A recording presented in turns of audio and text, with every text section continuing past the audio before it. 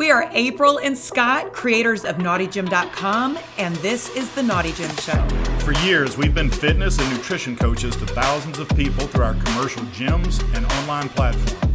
We've also spent nearly a decade in an ever-evolving open relationship. This show brings together two of our biggest passions, fitness and sex positivity. Our mission is to maximize the physical and mental health of anyone brave enough to explore relationship structures that run counter to societal norms. We have demolished our old ways of thinking about relationships, and from that rubble, built a life full of happiness, adventure, and vitality. And now we want to help you do the same.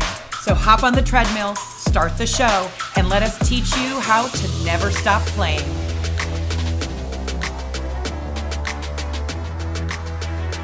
Today's episode of the Naughty Gym Show, we are going to have the privilege of talking to and interviewing the management of Hedonism Resort. We thought this was a great way to give you some behind-the-scenes look at how the resort is run on a day-to-day basis and what the mindset is of the people who run it. So we have brought in the executive director, Diane. We have Winston, who is the famous entertainment director. If you've ever been to Hedo, you know all about Winston. Tatiana, who's the sales and marketing manager and their in-house attorney, and Diana, who is the group's manager and is the one in charge of helping put together all the fun itineraries that most of you experience when you go to the resort. But first, we want to remind you that Naughty Gym is more than just a health and fitness platform. We are a community of sex-positive people who are supportive, encouraging, growth-minded. The Naughty Gym platform provides all of the resources that you need to be successful, not just in your health and fitness journey, but also in your non-monogamous journey, whatever that may look like. And coming soon is a little partnership with Expansive Connection Coaching that is in the works. So be on the lookout for that. But you go to naughtygym.com, $19.95 a month, and you get access to all of those resources. And that brings me to our next thing is mixology, the art of crafting open connections. Our events that we put on are connection minded. We are in this for the relationships, the friendships. And so we have an event August 23rd and 24th here in North Alabama, Huntsville, Alabama. We have people coming in from all over the United States. And this is an event that is going to help foster great connections and friendships. We've got a mixology class. We have speed dating. We're going to have a couple dinners thrown in there, a casual meet and greet at a super cool martini bar. And then the final event, the big party, is at a super cool event venue. We'll have a live DJ, some fire dancers, all kinds of entertainment. So get your tickets now. They've been selling super quick, and don't miss out on this one. It's in downtown Huntsville, so you can stay in some super cool little hotels that are nearby and walk to everything, but don't miss out on this. And if you look in the show notes, if you're watching this on YouTube, you can see the link to that in the show notes. If not, just go to our website, naughtygym.com, and you can find all the information there. And shoot us a message if you're coming, because we love to hear from everybody. All right, now on to the show. All right, welcome back to the Naughty Gym Show. I'm your host, April, and this is my good friend, Scott, who's along for the ride today. We have some extra special guests with us today from our favorite place in the entire world, Hedonism II Resort in Jamaica. Today, we've got Diane, who is the director of Hedonism Resort. Where'd she go? Coming back. There we go. We've got Tatiana, Diana, and Winston. All have been on the staff of Hedonism for a long time and are all play a very important role in your experience at Hedonism Resort. And just real quickly, guys, we know you had a hurricane come through just a few days ago, a couple of weeks ago maybe. Is the cleanup for that and the recovery from that gone well? So far it has. I think we were really spared by the hurricane, but we lost a lot of mature trees and branches and just a lot of debris from, the trees. Very minor damage to the buildings. So yeah, we still have some cleanup work to do, but we're in pretty good shape. Good. Good. Well, so we just want to talk a little bit. So our event at Hedo is a little bit different than some of the other weeks at Hedonism Resort. And so we just kind of want to give people an inside look at what our week might look like, what makes it different, but also the resort as a whole. We have a lot of newbies that may be attending. And so we kind of want to let them know what they can expect and what they shouldn't expect at Hedonism. All right, so Diane, you're going to be up first, and we're going to ask each of you different questions. But Diane, before we get started, tell us your official title and how long you've been at Hedonism. Okay, my official title is Executive Director. I'm also the Executive Assistant to the CEO and Chairman. And I have been at Hedonism since 2015, so that makes me about 9 years. All right, well, this is an impossible question we're going to ask, but just do the best you can here. We're going to give you at most 3 minutes. Okay. To give us a complete history, even including before the time you got there, of Hedonism Resort. So you got 3 minutes. You're on the clock with just the highlights. Keeping in mind that a lot of people who've never been to Hedonism Resort are going to listen to this. Tell us the history of the resort. The history of the resort. Okay, the resort was owned by Super Clubs in 2013, and it put a black mark on their name. So Super Clubs had to sell Hedonism II.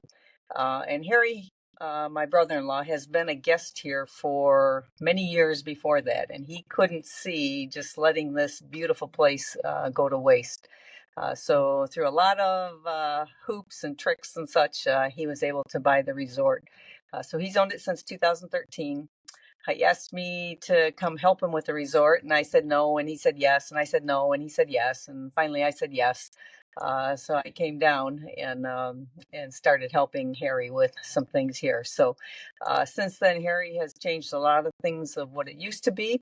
It's not a scary place. It's not an aggressive place.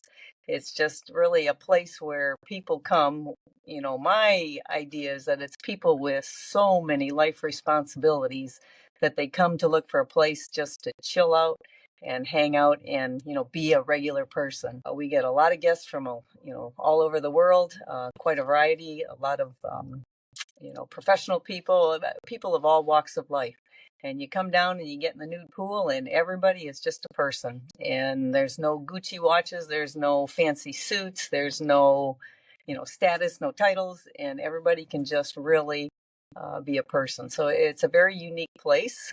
People have come for a lot of years. We have quite a high percentage of people who come back all the time just because of what it is. Yeah, that's good. We've been coming for almost 3 years now, and we've spoke to people who have come when it was owned by Super Clubs and have talked about the difference now compared to back then and rave about it. And even in the short time that we've been coming, we've seen that you guys are constantly updating, constantly improving, constantly adding the offerings that you guys have. So it's just an exceptional place. And that was well under 3 minutes. Yes, well done. I know. Sorry. All right, this next one's for Tatiana. First, your official title and how many years have you been with Hedonism? Hi, I am the Sales and Marketing Manager at Hedonism II, and I've been here since January of 2022, so that makes it, 2 years and some months. Okay. I didn't realize you'd only been there for 2 years. I feel like this is my second go-around. Hedo was actually my very first job straight out of college, and what an experience that was in 2014. I'm sure. Well, Hedo is like an iconic adult playground. And so it can be intimidating for new people who might be unaccustomed to this type of resort. Who do you think should come to Hedo and who do you think should not come to Hedo? Okay, so who should come to Hedo are people who are open-minded. Who should not come for sure are people who have it in their heads and just refuse to be convinced otherwise. Because honestly, there's only so much we can do to let you know that this is a place where you are safe. It's completely opposite to the outside world. Hedo is like magic. Hedo is, I don't even I can't even find the actual word. But if you are an adult, you are interested in having the kind of experience that Diane spoke about before, where, all the worries of the world, you just leave them outside of our lobby. And once you check in, you're in it to just explore yourself, meet some of the best people you will ever meet in your life from all over the world, and just, have a good time. And not only a good time, but potentially the kind of time that is life changing. That's something that we hear a lot of times from the guests. Just pick one at random, and chances are you'll hear from them that coming to Hedo has had a serious impact on their life. So if you are closed off to that kind of experience, don't come. Otherwise, you're welcome here. Yeah, you used a great word, magic, because it really is magic and sometimes hard to put exactly into words. Yeah. What they're going to experience. We had the same way. We had all the fears, all of the insecurities and trepidation coming for the first time. And once you get onto the resort, it's just kind of magical. And the staff goes out of their way to make sure everybody feels super comfortable. And the people on the resorts go out of their way to make sure that they're befriending you and extending kindness. And so, yeah, it is magical. I agree. All right, Diana, you're up next. There are two sides to the resort. There's the clothing optional side and the nude mandatory side. And with our event, Be Better at Being Bad, attracting a lot of new people, one of the concerns, one of the worries that you have from people is, oh God, I'm so scared to be forced to be naked. People get worried that they're going to walk into the resort and security is going to grab them and rip their clothes off or something. So what would you tell somebody who's never been before, but wants to come, about the policies as far as clothing optional and nude mandatory? All right. So for the news side, Wait a minute. I messed up. Okay. First of all, what is your official title and how long have you been there? I forgot that part. I am the group's events supervisor, and I've been with Hedo for 13 years. Okay. All right. Now go ahead. All right. So what I would tell folks that really wants to come to Hedonism too, but you're scared because you hear nudity, is you're not forced. And believe me, if you are not going to the nude side, you are not going to experience the hotel as you would love to. I normally give my newbies 2 days and they're on the nude side. Yeah. Literally 2 days. So you're not forced. You will enjoy all the events that happens on the nude side are the same events that happen on the clothing optional side. However, being on the clothing optional side, it's like you're at the library. It's quiet. So we really don't have to say, get over to the nude side. Before you hit the nude side, you can tell that it's already pulling you. So it invites you by itself. Yeah. Basically. Yeah, it's we get a lot. We do events at other places too. We do some adventure travel with our Naughty Gem platform, and one of the first questions we always get from people is, what is the clothing optional policy at this place that you're taking? Everybody always wants to know that that's an option, but once you get on site, it can be a terrifying experience if you've never done it before. Just taking off your clothes in front of a group of strangers for the first time is scary. And so when you get to Hedo and you realize that a lot of the big party stuff is happening over there at the nude pool or the nude beach, you can get into this battle in your head about, oh, I want to go over there. I want to see what's happening, but I hate for somebody to tell me that I have to be naked. She's that way a lot of times. She's very contrary. She likes. I want to be naked, but I don't like being told I have to be.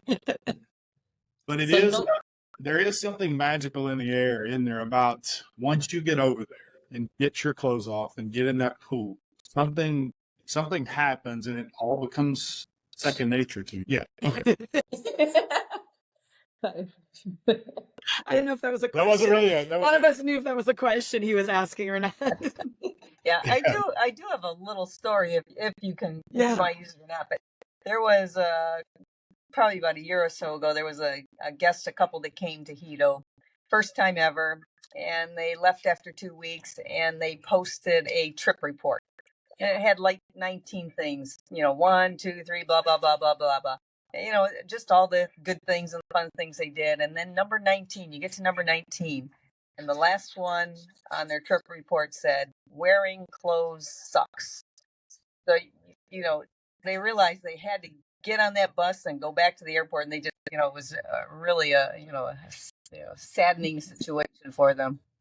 Yeah. Well, we feel the same way when we have to come back home and have to put all our winter clothes on. And yeah, it's something freeing about having the option. All right, Winston, you're up next. First, tell us what your official title is and how long you've been with Hedonism. Hey guys, I'm Winston Barkley, and I'm the entertainment manager here at Hedonism II. So technically, I grew up with hedonism. I was with the super clubs, and then I came over with Harry and Diane. So I'd say it's funny, maybe a couple of decades, but I'm 29, so Wow, you were a baby when you started. yeah, I had to eat, so I'm not sure. Wait a minute. Did you just say are you saying you're currently 29? Was that what you said? Everybody knows that. Wow, yes, that's correct. You're good. You heard that correct. That's what I thought. Yeah. Okay. So have you been there? What's the longest tenured employee? Because you've been there forever, but there's some people that have been there longer than you, right? I know. I'd say Paulette, and that's one of our bartenders. And we also have our food and beverage manager, Jeffrey Johnson. I'm going to say over 40 years. So. Okay. All right. So you're head of the entertainment crew, That's right? correct. We were absolutely blown away. First of all, I don't do a lot of research when we're going to a place. Scott does all the research. So I had no idea there was a show every night. So when we arrived, the very first time we arrived on a Wednesday night, which I think was like BDSM or fetish night. Mm-hmm. And the show was absolutely amazing, blew me away. And then the next night we go to dinner and there's another, and I'm like, this is every night. It's like Disneyland for adults. And you are in charge of all that. Is that right? Correct. Well, I grew up, my family has a church in Kingston, so I've always been performing as a singer, so on and so forth. Then I also studied musical theater. That was my first degree back in Kingston, and I went to Ohio while I was here and London. So, I'm used to entertainment, and I understand what Tatiana and Diana mentioned earlier.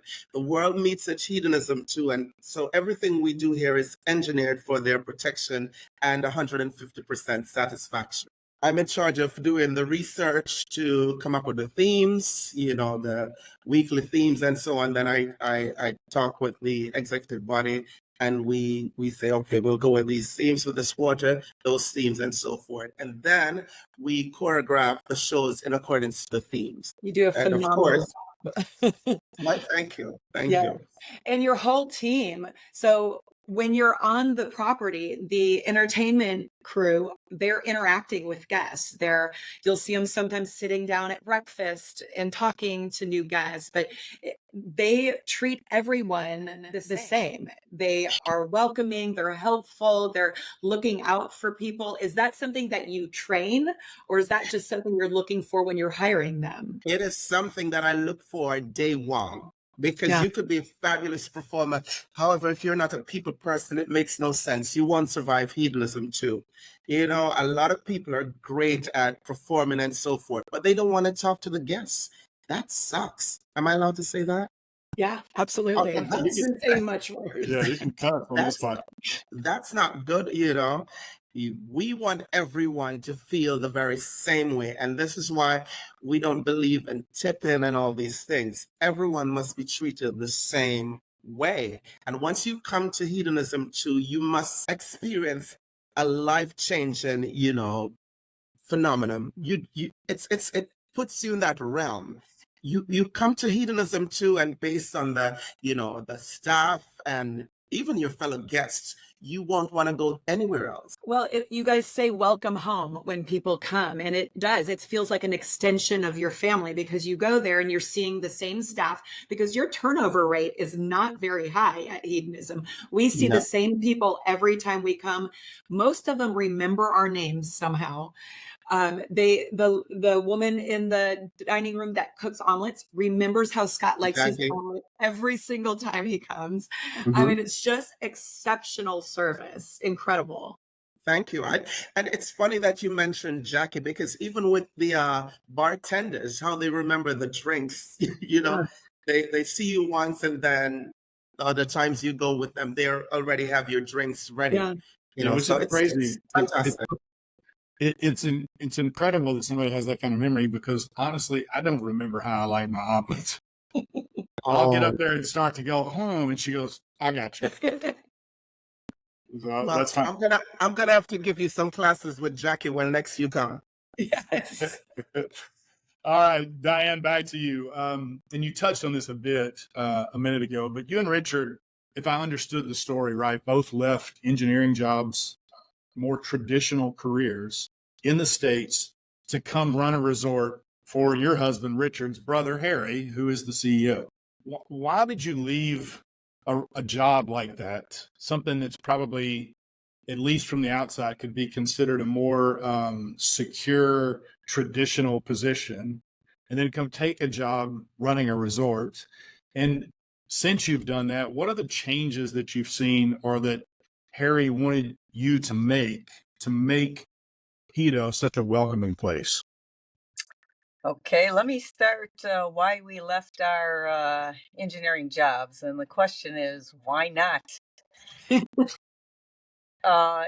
We moved from just an ultra conservative workforce, highly educated, to running just a chill, relaxed resort where guests just can't wait to come back.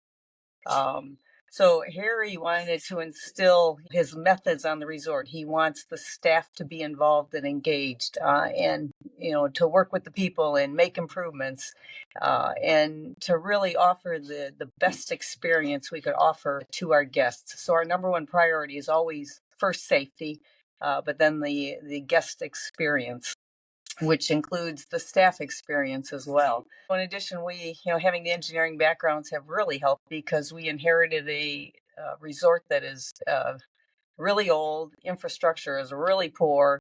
A lot of things are, going wrong all the time. So with the engineering background, that helps in managing that and prioritizing that. But really, we really want to get this guest experience out there, which is the reason Harry bought the resort. And it's a surreal environment. It's magic. There's really no way to describe it. But Harry had witnessed that for so many years, coming here as a guest. And he bought it for that reason. He wants to maintain that. So it's all about the guests. Well, again, you guys do a phenomenal job. We can't brag enough about. And that all comes down from the top, right? It just trickles down. Right. To other staff members and then to the guests. So Yeah, and we work with other resorts organizations to do some of the other events that we do. You guys may eventually end up hating us, but as of now, it just feels so much easier to work with you, and so much more professional than it tends to be with other organizations. And you guys just do a phenomenal job. And it's always obvious that even though you're kind and respectful and professional with us, that your number one priority is the guest experience. Absolutely. And we appreciate it. Hands Yeah, down. for sure. Yeah. All right, Tatiana, you're on the hot seat again. So Jamaica's a fairly conservative country, and Hedo is anything but conservative. So what is the general outlook about the resort from the local community? Is it positive? Is it negative? Is it indifferent? It's all of those, depending on who you talk to. Okay. Because here's the thing. Almost every Jamaican adult has a Hedo story, whether it's theirs or someone else's. But the general feeling is, oh, it's that freaky place in the grill, or Ochi. I was like, yeah, not Ochi anymore, just the freaky place in the grill. Yep, every single thing you've heard is true. And some of the things that you do hear, because I'm in the office a lot, so there's no proof that I've ever seen anything at all. My job's on the laptop. So I'm inside and you hear these things that happen outside, which I have never seen. And you're just like, I swear, And sometimes, you just kind of think to yourself, like, I'm an adult. Have I ever had sex? Is that serious? Some of the things that you hear is like, oh, like, I'm grown. I've never. What? And you're hearing this from the locals, who no one can ever know that they've been here, and they will deny, which is fine, because your privacy is of the utmost importance. You can't just pick up the phone and say, hey, is John Brown booked for such and such a date? No. What's John Brown's confirmation number? Why don't you send me a picture of your email proving that you're him? Yeah, what your thing says Tom Strokes, though. I'm sorry, we don't know anyone by that name. Never been here before. And I like how we all have that culture of just protecting the guest's business, so that if John Brown was in fact checking in and somebody called the front desk agent who was looking him dead in the face, they'd say, who? Oh, that's good. So you guys get that sometimes people locally come to visit the resort and other local people try to find out that they're there? Yes, people are married, and they visit the resort with people they are not married to on occasion.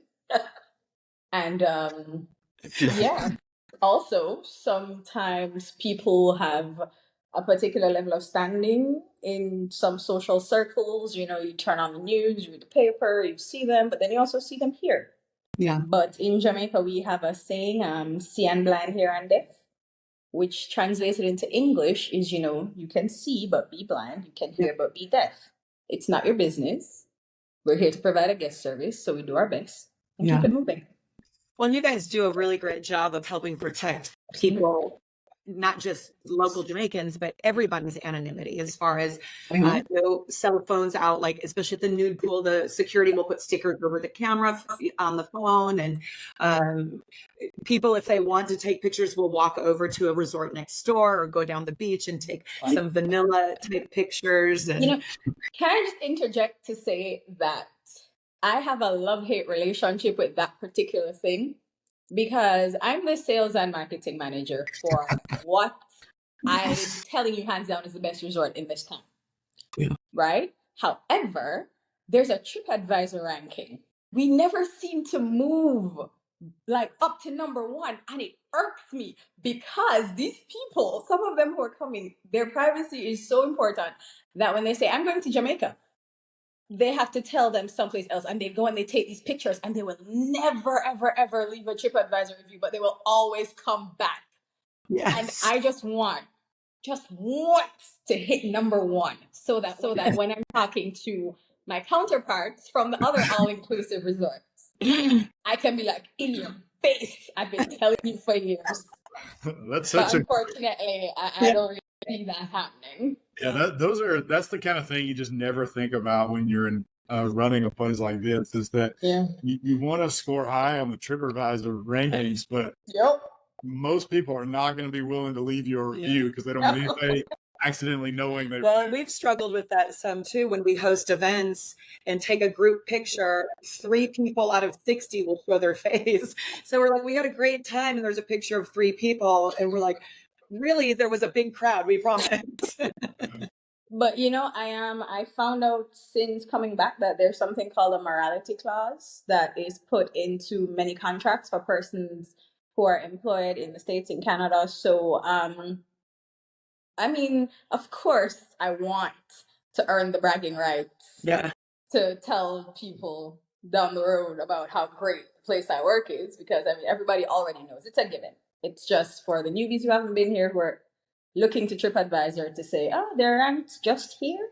Maybe I want to go to a top 3 place. This is a top 3 place. But the point is, when you wait, obviously the privacy of the persons and the fact that their careers could be affected if anyone knew that they came here is of more importance than my personal feelings. Yeah, that's a big project for us. We just worked last week with one of the biggest organizations in the United States that's working to try to get consensual non-monogamy people protected from being able to be fired for their relationship status? Yeah, last week was the Global Week of Visibility for Non-Monogamy. So they're trying to push legislation through, and they've done it in a few cities in California, but the rest of the country is way far behind. Where because of morality clauses, you can get fired, you can lose custody of your children, and so there is a lot, unfortunately, at stake for a lot of people showing their face or being public about going to a resort like this or being non-monogamous. But we will go, because we haven't, and I realize we've dropped the ball on this, we will go and leave a glowing review on Sure Goodbye. Well, thank you. Every single one counts. Never thought about it. All right, Diana, you're up. And you may have to be careful with this. I don't know. So, and I think I have this right about your background, but you've been on the entertainment staff previously and now are in management. That's correct, right? Yes. Okay. So you've worn a lot of hats and presumably seen a lot of stuff since you've been on kind of, both sides of that. 2 questions. What is the craziest thing you've ever seen at the resort? And you can talk that you can talk about. And then what's the most touching thing that you've ever seen? And if I need to skip you, I can go to Winston while you take time to think there. The craziest thing I've ever seen, I can't say because the privacy of our guest counts. Oh, loophole. That is a huge cop out. Yeah. But I've seen a lot. Over the years of being here, I've learned a few things too.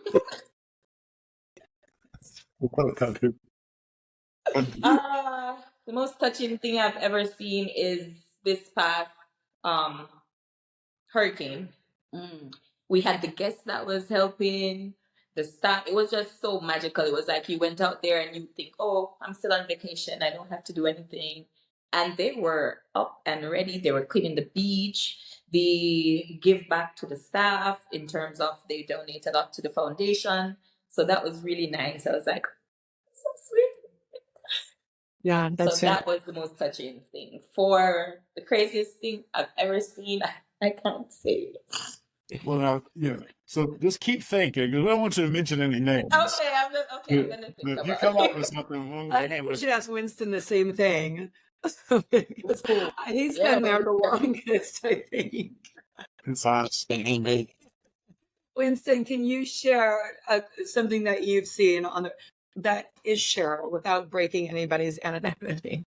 In terms of the craziest thing, I don't know if I can talk about it because it's something I can't talk about in church. We're not at church. It's okay. Oh, okay. So, hey, wow, the craziest thing. This was years ago. There was the latest celebration, I believe, for 40th birthday. And, I'm always innocent. Right. So I was just innocently strolling to the nude side, and there was a lineup. And I believe she had 40 individuals probably going to her room to wish her happy birthday.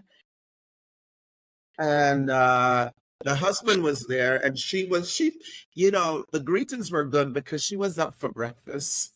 Wow. So yeah. So I'm not sure if that's crazy enough. It's pretty crazy. At the time, at the time for me. It would have taken just a couple of years for me, so it was a little much. And I think it's important to point out too that while there can be some incredibly wild things that happen at the resort, Yes. It is also very possible to go there and just have a nice, flirty, romantic vacation with your significant other. If you spend most of your time on the clothing optional beach and on the clothing optional side of the resort, you're still going to get that flavor of eroticism that comes with being at Hedonism without ever exposing yourself to any potential super crazy things. And Correct. We've been there when there was actually like a girlfriend group that all came. There was like 12 women, and every day they had like a different themed outfit, and they just were having the best time, a party every day. And so it doesn't have to just be going there to be like a sexual deviant.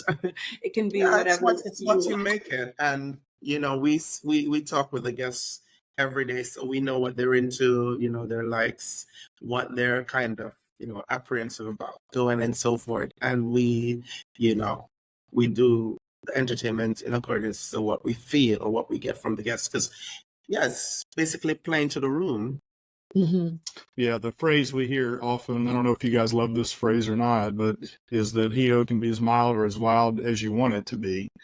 And that's true. You can come in there and just go crazy, or you can, dip your toe in as deep as you want to go, but not get over your head sort of things.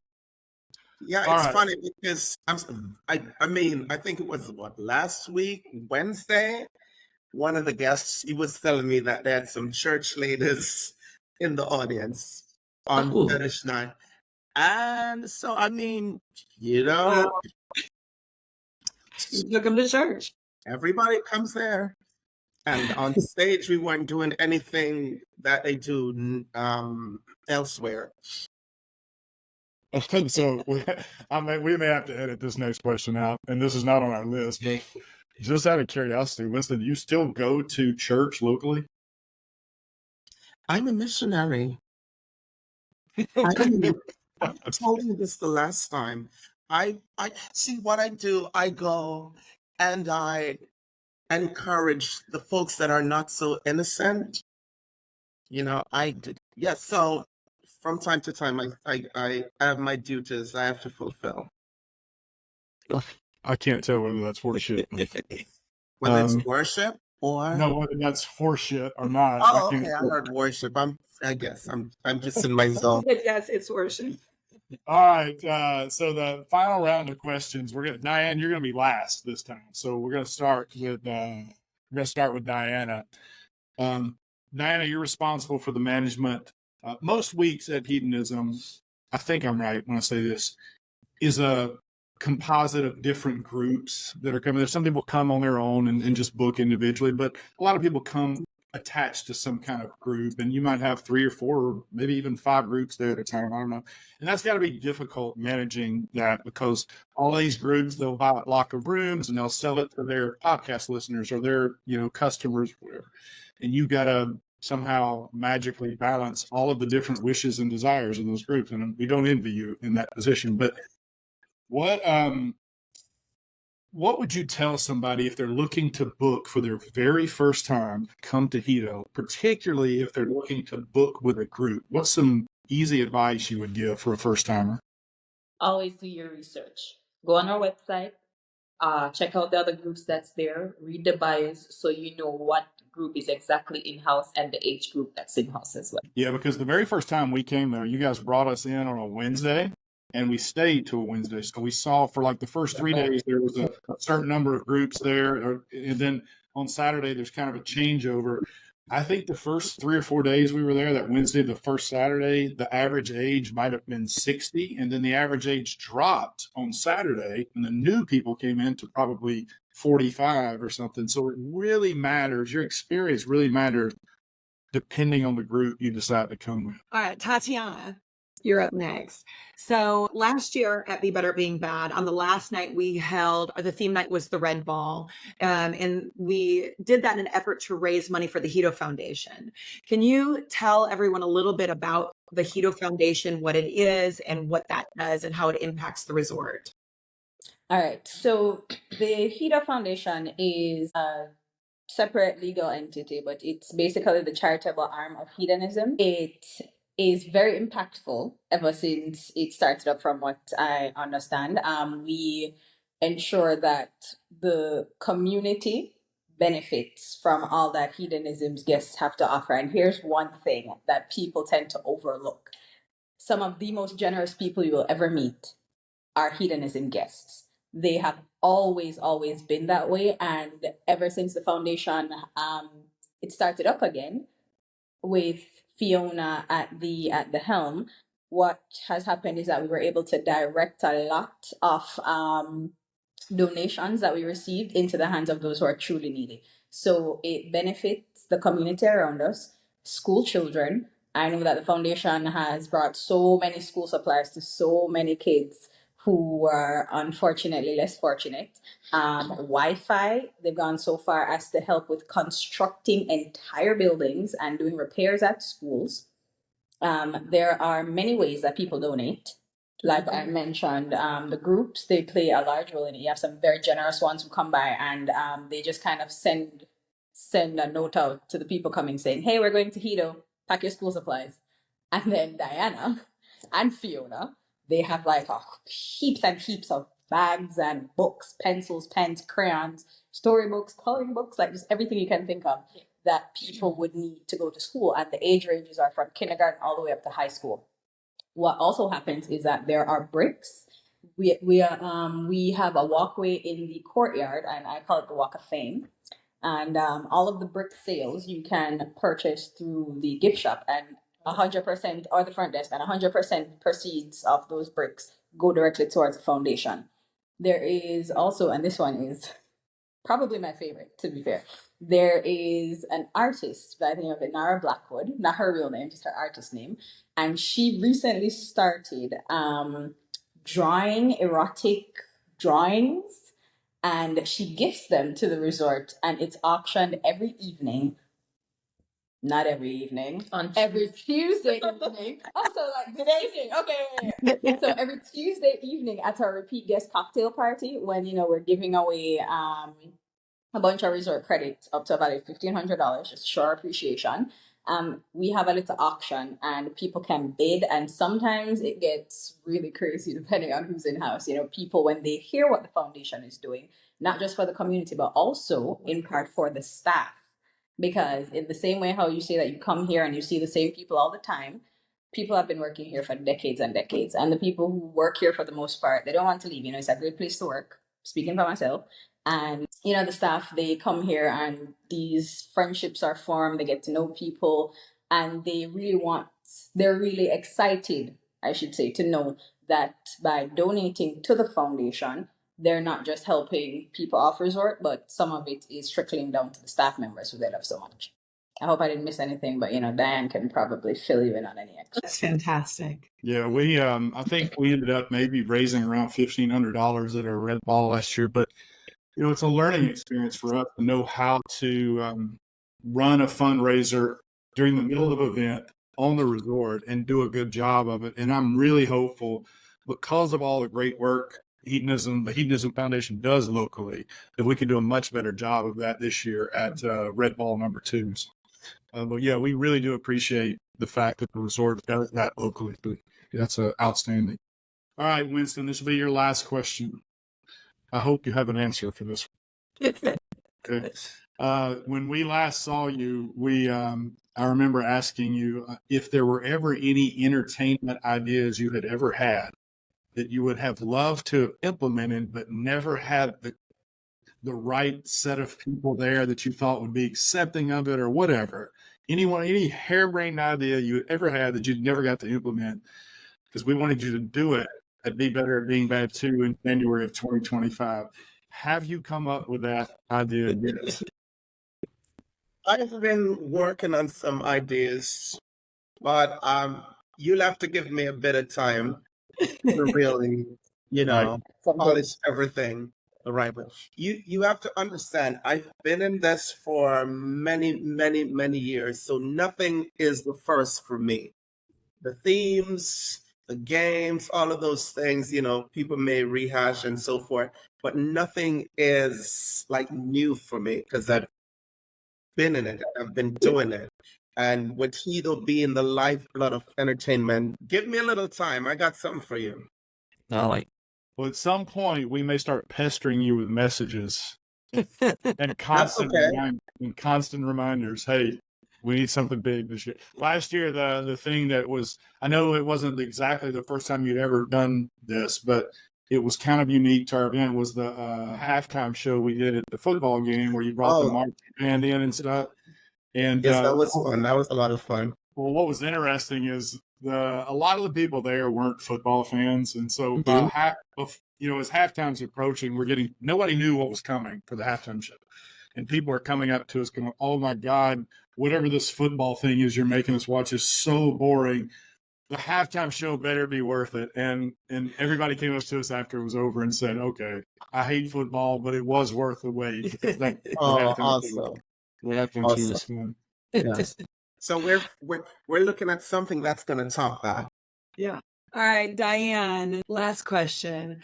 Are there any major plans on the horizon for Hedo? Any major additions, programming changes, anything that you want people to know about the future of hedonism? Let me just start by saying that my husband and his brother I always call them the master dreamers of the world. So we always have an excessively long list of things we want to do and changes we want to make and improvements and additions and that kind of thing. So let me just leave it with this. We do have a list, and there's one that's really topping the list right now that we really want to do. It would have really improve and increase the hedonistic experience for our guests. But it's going to take some time and some planning, and we have a lot of challenges, a lot of limitations, but we're working, and I think we'll get there. So always something coming. We always have a long list, but we have some really, really exciting ones on the list. So I hate to say too much because if it never comes, Right. Yeah. So. So no exclusive breaking now from Hedonism Resort. Well, I know that a lot of people have requested a what's the lagoon? The floating, like a water lagoon, the floating creek or river. Oh, like a lazy river. Yeah, lazy river. Yeah, but we've already looked at that. And it's like, wow, the infrastructure tear up and everything. So no, we probably won't be doing a lazy river, but it's always something we've always dreamed of. Right. So we'll scratch Lazy River off for Be Better Being Bad too. We already have that in the itinerary, but we'll take it out. All right. It had a lot of twists to it too. So we've been planning, but yeah. Well, we really do appreciate you guys. We know you're busy, taking time out of your day to come on here and chit chat with us, and we thank the world of all of you, and are so appreciative of the hospitality you've shown to us and our guests, and we look forward to doing this again, hopefully many years. But you guys really are the best at what you do, and we want to thank you for everything you do for the sex positive community and the way you run the resort there. So thank you again for coming on here, and we look forward to seeing you again in January.